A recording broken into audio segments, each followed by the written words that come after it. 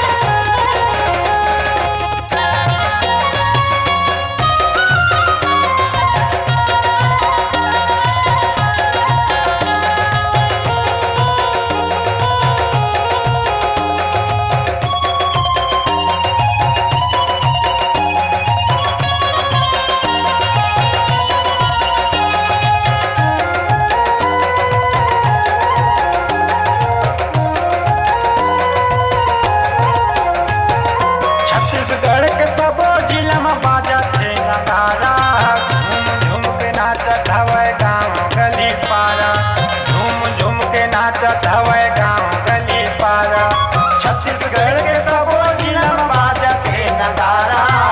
झूम झूम के नाचत हवे गाँव गली पारा, झूम झूम के नाचत हवे गाँव गली पारा। छत्तीसगढ़ के सबो जिला में बाजत है नगारा। झूम झूम के नाचत हवे गाँव गली पारा, झूम झूम के नाचत हवे गाँव गली पारा। छत्तीसगढ़ के सबो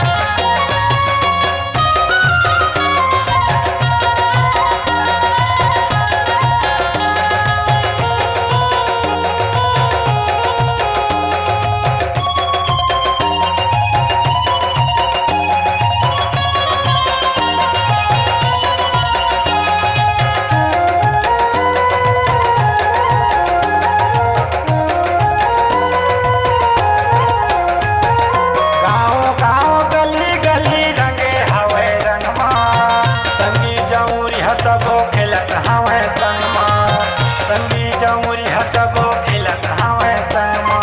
गाँव गाँव गली गली रंगे हवे रंगमा, संगी जमुरी सबो खेलत हवे संगमा, संगी जमुरी सबो खेलत हवे संगमा। गाँव गाँव गली गली रंगे हवे रंगमा, संगी जमुरी सबो खेलत हवे संगमा, संगी जमुरी सबो खेलत हवे संगमा। गाँव गाँव गली गली रंगे हवे रंगमा, संगी जमुरी सबो खेलत हवे संगमा, संगी जमुरी सबो